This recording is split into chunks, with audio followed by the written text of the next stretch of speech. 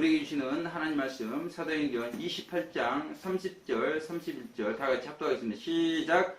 바울이 온 이때를 자기 셋집에 유하며 자기에게 오는 사람을 다 영접하고 담대히 하나님 나라를 전파하며 주 예수 그리스도께 관한 것을 가르치되 그 많은 사람이 없었더라. 아멘. 할렐루야. 우리 마라나타 인사입니다. 마라나타. 우리 이나 마라나타. 우리 사나 마라나타. 우리 최금호 지사님 마라나타. 예. 자, 64차 주말 SOS 모임. 이번 주 주제는 예수 그리스도였습니다. 사실 제목 한번 생각하기 위해서 하나님께 기도하지 않으면 안 되는 상황입니다. 그래서 기도를 통해서 예수 그리스도를 외치도록 그렇게 받았는데, 외치고 나서 되돌아보니까 놀랍게 성탄 전에 예수 그리스도를 노방에서 외쳤다는 것입니다. 그런데 빛과 흑암의 역사 어떤 회원의 글을 보니까 미국의 가장 큰 교회 레이크 우드 처치 조엘 오스틴 목사님이 심호하시는 교회인데, 이분의 트위터에 수많은 글들이 올라와 있는데, 지난 한 해 이분이 트위터를 통해서 806번의 글을 올렸다고 합니다. 그런데 예수 그리스도라는 단어를 찾기 힘들다, 이렇게 어떤 분이 글을 올렸어요. 이분이 글을 올리면은 3만 명 팔로우가 있기 때문에 그분들이 글을 읽는다는 것이죠.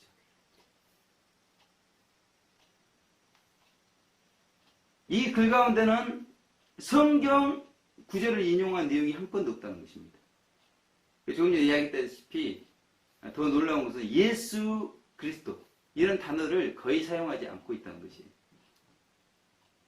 지난 13개월 동안 이분의 글에서 예수 그리스도를 찾아보니까 단 2건, 그러니까 0.0025%도 사용하지 않고 있다는 것입니다.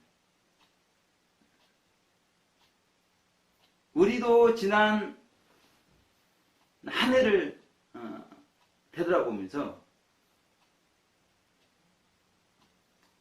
우리가 수많은 내용들을 이웃들에게 전했을 것인데, 그 내용들 가운데 성경 구절을 인용한 것이 있는가? 예수 그리스도의 단어가 얼마나 들어가는가? 우리는 생각을 해봐야 된다는 것이죠. 제가 64차 주말 SOS 모임을 위해서 지하철을 탔습니다. 수많은 남녀 젊은이들이 그 지하철 안에서 스마트폰을 하고 있었어요. 이제는 지하철 안에서 스마트폰 하는 것이 지하철 문화가 되었습니다. 이제는 모두가 컨텐츠 소비자요, 생산자요, 전파자가 되었어요. 그래서 과연 젊은이들이 무엇을 생각하고 무엇을 만들고 무엇을 보고 무엇을 보여주고 있는가? 제가 가만히 엿보니까 카톡을 하고 있더라고요. 만화를 보고 있어요. 게임을 즐기고 있어요. 게시물을 읽고 쓰고 있어요. 대부분 이런 모습들이었다. 제가 그들의 스마트폰을 보니까 제 눈에 뭐가 보였겠어요? 삼성이 보이더라고요. 삼성. 대부분 삼성 핸드폰을 쓰고 있는 것 같아요. 저는 그날 올라가면서 성인전을 읽었어요. 그러면서 눈이 피곤할 때는 눈을 감아가지고 예수 그리스도를 생각했습니다. 그리고 진리의 글들을 온라인, 오프라인 어떻게 전파할까? 오직 그 생각이라는 것이죠. 그러니까 이와 대조적으로 수많은 젊은이들이 저와는 차원이 다른 삶을 살고 있었다는 것입니다. 그렇다면 예수 그리스도와 무관한 삶을 살고 있는 이 젊은이들의 결국이 어떻게 될 것인가? 우리 사람 어떻게 될 것 같아요? 우리가 이 결과에 대해서 뻔히 안다는 것입니다. 예수 그리스도 외에는 우리가 천국 갈 수 있는 방법이 없단 말이에요. 그런데 이들의 생각을 붙잡고 있는 것은 예수 그리스도와 전혀 상관없는 것들이 붙잡고 있어요. 마치 조엘 오스틴 목사님이 그랬던 것처럼. 그러면 결국 이들의 결국은 어떻게 될 것인가? 우리가 뻔히 알고 있단 말이에요. 그러면서도 우리가 침묵하고 있다면 하나님께서 우리를 어떻게 생각할 것인가? 그래서 64차 주말 SOS 모임에서는 추운 일기에도 많은 분들이 노방에 나갔다는 것입니다. 그 노방에서 예수 그리스도를 외쳤어요. 그때 그 추운 노방에서 손을 꺼내가지고 많은 분들이 헌금하는 손길이 있었다는 거예요. 어떤 분은 휠체어를 타고 그 불편한 몸을 이끌고 헌금함 가까이 와가지고 10,000원을 헌금하는 것을 보게 되었습니다. 이것을 보면서 하나님께서도 사람들도 우리가 예수 그리스도를 외치는 것을 기뻐하는 것이 아닐까 그렇게 생각하게 되었다는 것입니다. 그래서 오늘 본문을 통해서 예수 그리스도라는 제목으로 하나님 말씀 살펴보겠습니다. 28절 우리 합독합니다. 시작! 바울이 온 이태를 자기 셋집에 유하며 자기에게 오는 사람을 다 영접하고 이렇게 말씀하고 있습니다. 바울의 복음 전하는 장소와 대상의 지경이 넓어졌음을 말씀하고 있어요. 뭐라고 했죠? 자기 셋집에 유하며 자기에게 오는 사람을 다 영접하고 라고 말씀하고 있죠. 28장 30절 말씀입니다. 30절. 비록 셋집이었어요. 그런데 누구든지 영접했고 복음을 전할 수 있었다는 것입니다. 사실 하나님께서는 바울을 다메섹 도상에서 만나주셨는데 그 이유가 예수 그리스도의 이름을 이방인과 임금들과 이스라엘 자손들 앞에서 전하도록 그렇게 만나주셨다는 것입니다. 그때 그는 눈에 비닐이 씌워져 볼 수가 없었어요. 그래서 알아누웠다는 것입니다. 그런데 그가 건강이 회복되자 처음으로 했다는 것이 즉시로 각 회당에서 예수 그리스도께서 하나님의 아들이심을 전파했다는 것입니다. 이와 같이 바울은 아시아, 유럽, 전 세계 복음화를 위해서 이방 선교를 했다는 것입니다. 그런데 거의 회당 중심의 이방 선교를 했다는 것입니다.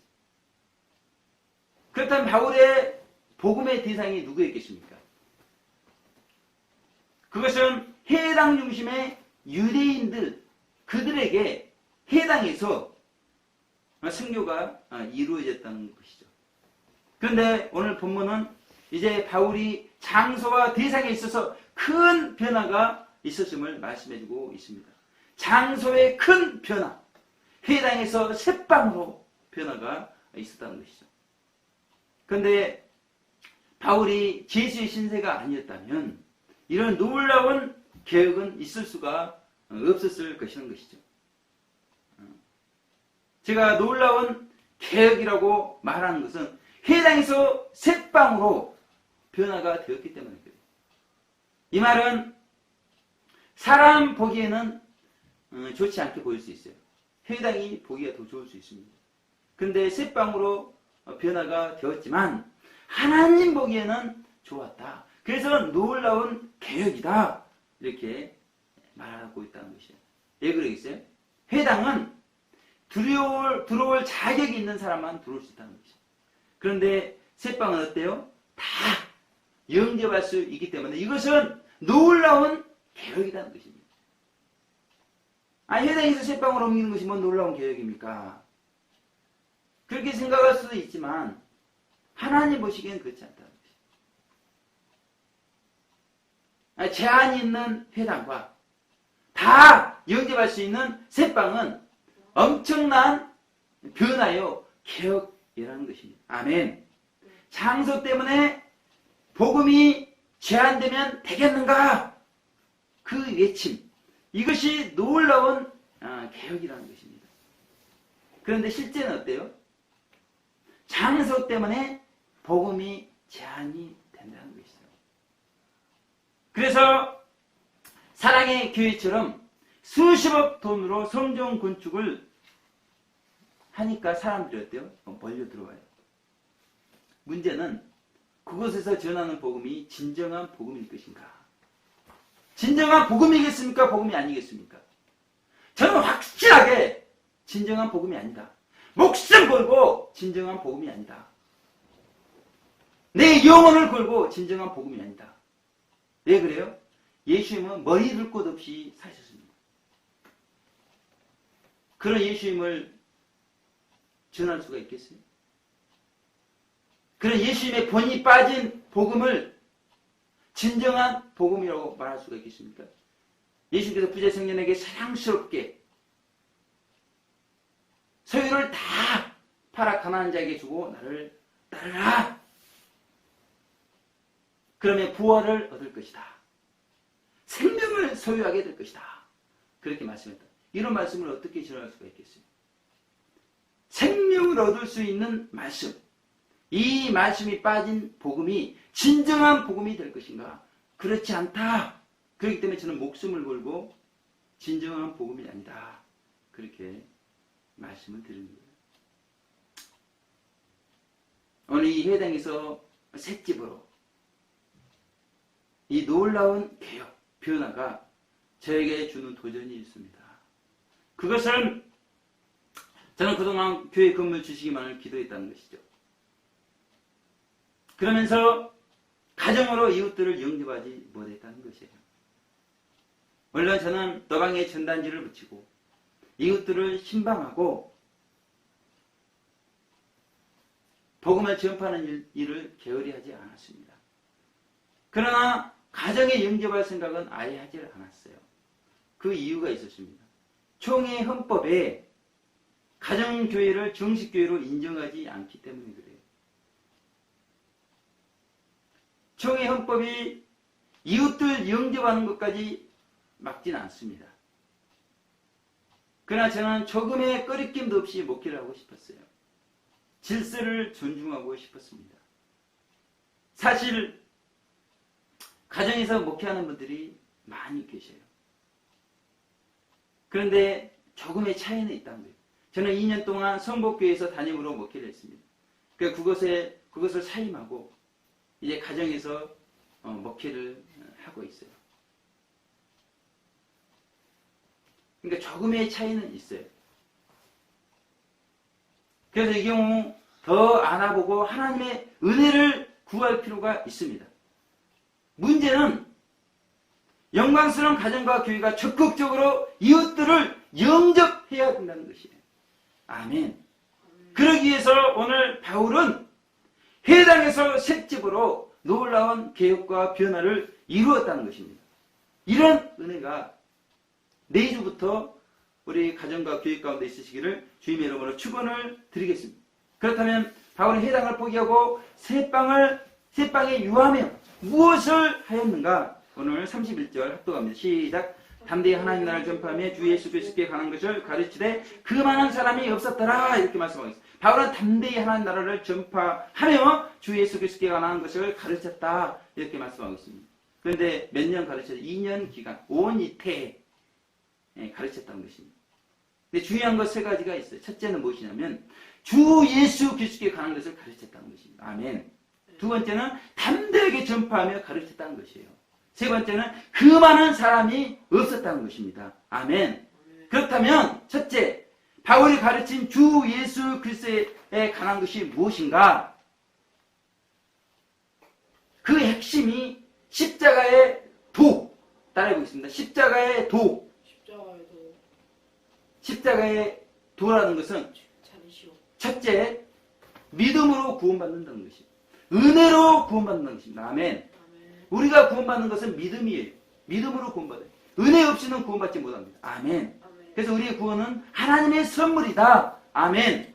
두 번째는 단번에 구원받는 것이 아니라는 것입니다. 아멘.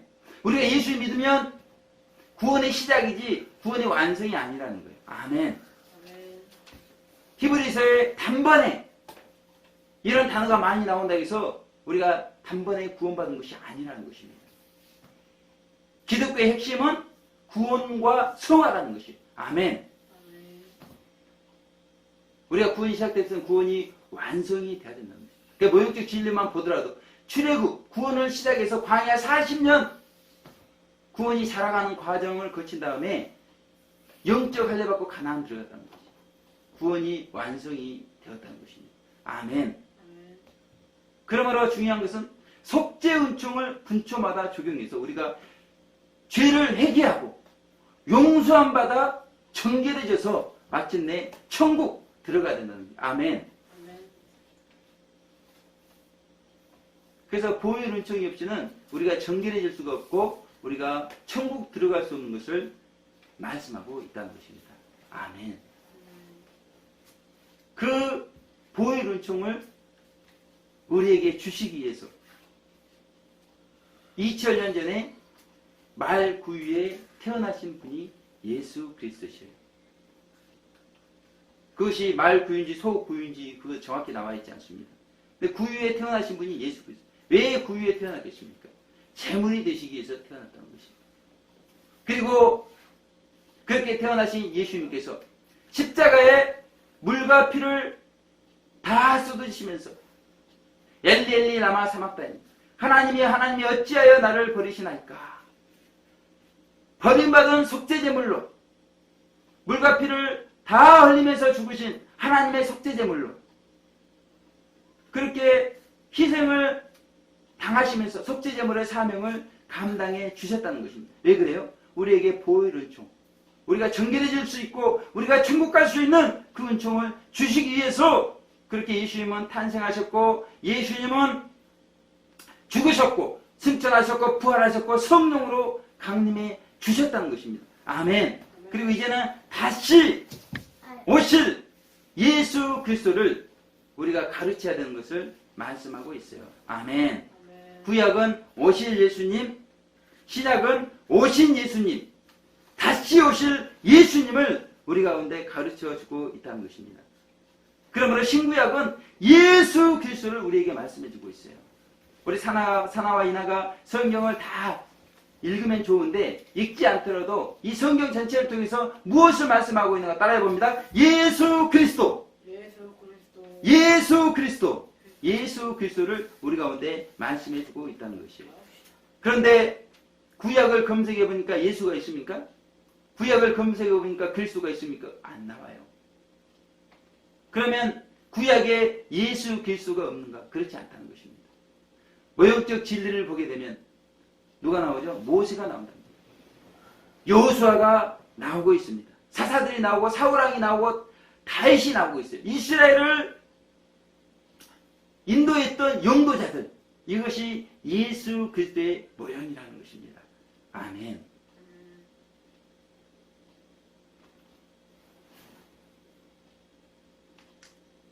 그러므로 바울은 율법과 선지자의 글에 등장하는 예수 그리스도를 가르쳤다는 것이에요. 아멘. 이것이 구약의 예수 그리스도죠. 그리고 신약의 자신이 경험하고 깨달은 예수 그리스도를 가르쳤다는 것입니다. 아멘. 우리도 바울처럼 구약의 예수 그리스도, 신약의 예수 그리스도를 가르쳐야 된다. 그것이 예수 그리스도에 관한 것이다. 이렇게 말씀하고 있는데 오늘날 강단이 빛을 발한 이유가 무엇인가? 예수 그리스도에 관한 것 대신에 예수 그리스도와 관련되지 않는 것들을 증거하고 있기 때문에 성령님께서 역사하지 않는 강단이 되어버렸다는 것입니다. 성령님은 예수 그리스도를 증거하게 되면 역사하시는 분이 성령님이십니다. 아멘. 지금도 예수 그리스도가 증거되기 때문에 우리 성령께서 역사하고 계시는 것이에요. 그렇게 예수 그리스도를 외쳤던 사도 바울의 외침을 우리가 보자는 것입니다. 갈라디아서 6장 14절 그러나 내게는 우리 주 예수 그리스도의 십자가 외에 결코 자랑할 것이 없으니. 아멘.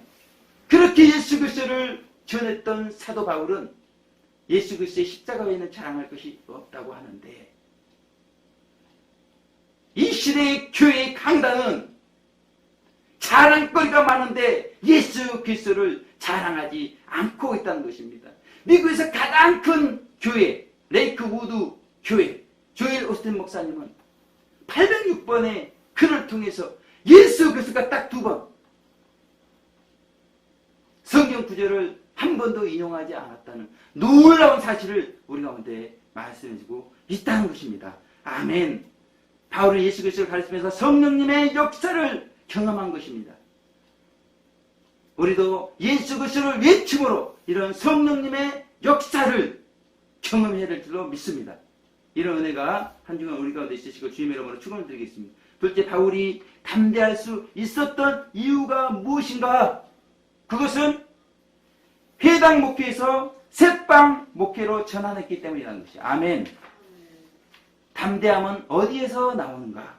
건물이 크다고 나오는가? 사람들이 많이 모였다고 나오는가? 똑똑하다고 나오는가? 경험이 많다고 나오는가?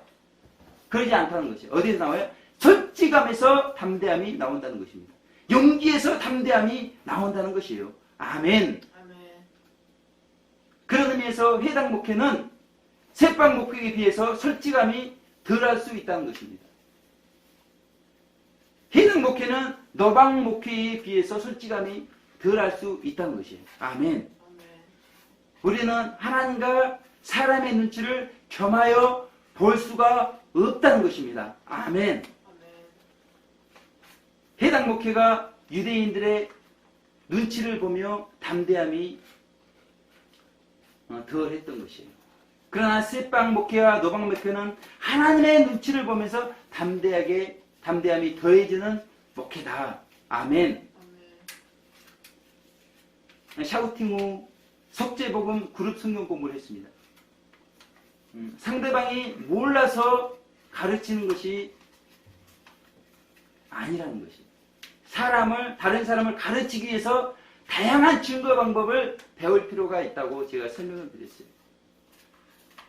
마치 상대방들이 몰라서 제가 가르치는 것처럼 오해하는 분들이 계셨기 때문에, 그랬을 때 사람들은 자신의 생각들을 솔직하게 이야기를 하기도 하고 질문도 했습니다. 그랬을 때 예수 그리스도의 십자가와 부활이 서로 간에 서로 종전이 되게 되었어요. 풍성한 은혜가 임하게 되었습니다. 모두에게 유익이 되었다는 것입니다. 실례로 부활에 대해서 질문을 했어요. 예수님께서 부활의 첫 열매가 되셨고, 무덤이 열리면서 많은 사람들이 부활되셨고, 이제 예수님 공중강림 때 14만 4천이 부활되고, 천년왕국 전에 순교자분들이 부활되고, 이 혼인잔치 전에 남은 사람들이 부활되는 그런 부활의 순서가 있다는 것이 성경 전체를 통해서 정돈이 되었다는 것입니다. 아멘. 왜 이런 역사가 일어났어요? 솔직하게 자신의 생각을 이야기하고 질문을 하고, 수직적인 강단 증거가, 수평적인 성경 공부가 되었을 때 사람들이 솔직해졌다는 것이에요. 진리가 담대하게 증거가 되었다는 것입니다. 아멘. 그래서 담대할 수 있는 이유는 솔직해져야 담대해질 수가 있다는 것입니다. 아멘. 그 마지막으로 세 번째, 그만한 사람이 없었던 이유가 무엇인가? 비록 새빵이었지만 거기에서 성경의 핵심인 하나님 나라 예수 그리스도에 강한 것이 증거가 되었기 때문이라는 것입니다. 아멘. 그리고 사람들이 사모함으로 새빵으로 찾아왔기 때문이라는 것입니다. 아멘. 다시 말해서 편견에 사로잡힌 사람들을 상대한 것이 아니라 진리를 사모하는 사람들을 대상으로 했기 때문에 반의하는 사람이 없었다. 그렇게 말씀하고 있다는 것입니다. 아멘. 노방의 샤우터드 카페 회원이 12월 달에 19분이 가입을 하셨습니다. 이게 놀라운 역사입니다. 그 이유가 무엇이겠어요? 성경의 핵심적인 진리가 순수하게 전파되었기 때문이라는 것입니다. 우리가 알 것은 이 세상은 순수한 복음, 즉 예수 그리스도를 알고자 하는 사람들이 많다는 것이에요. 사람들이 시험 든 이유는 복음 때문이 아닙니다. 예수 그리스도 때문이 아닙니다. 교회 다닌다고 믿는다고 하는 사람들 때문이에요.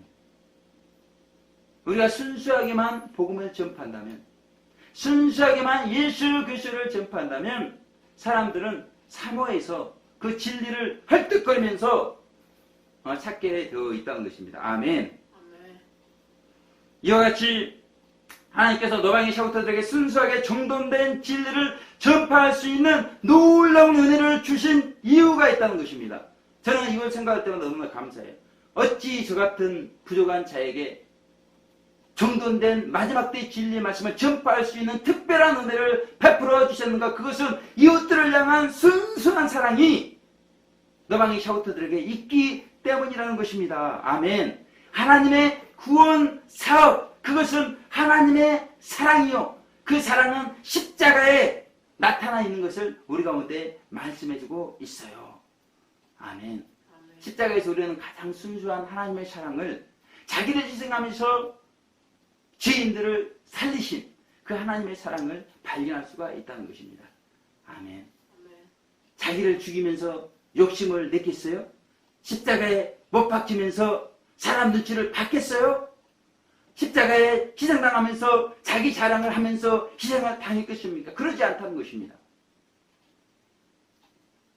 그와 같은 하나님의 사랑, 이웃을 향한 순수한 사랑이 너방의 샤우터들 가운데 있기 때문에 정돈된 진리를 접할 수 있는 특권을 베풀어 주셨다는 것입니다. 그리고 너방의 샤우터들이 오직 예수 그리스도만 존귀케 되길 원하고 있기 때문에 너방의 샤우터들, 그들에게 정돈된 진리를 전파할 수 있는, 그래서 방해하는 사람들이 없도록 그렇게 은혜를 베풀어 주셨다는 것. 너방의 샤우터들과 영광스러운 교회가 끝까지 예수 그리스도를 순수하게 세상에 가르쳐서 하나님의 나라가 우리 안에 먼저 임하고 이 세상에 속히 임하시기를 주님의 이름으로 축원을 드리겠습니다. 기도하겠습니다. 하나님 아버지, 예수 그리스도를 우리가 순수하게 전파하길 원합니다. 성령님 역사하여 주시고 오늘 바울이 해당 목회에서 새빵 목회로 놀라운 변화를 가져왔던 것처럼, 그래서 이제는 많은 사람들에게 담대히 하나님의 나라와 예수 그리스도에 관한 것을 가르쳤던 것처럼, 그래서 이제는 방해하는 사람이 없이 이제는 온 세상에 우리 예수 그리스도가 증거가 되어지고 하나님 나라가 임하였던 것처럼 이제 마지막 주님 올 때가 임박한 이 마지막 다시 오실 예수 그리스도의 진리가 우리 너방의 샤우터 영광스러운 기회를 통하여 순수하게 이웃들에게 전파되어질 수 있도록 축복하여 주시옵소서. 감사드렸고 예수님 귀하신 이름으로 기도 올려드립니다.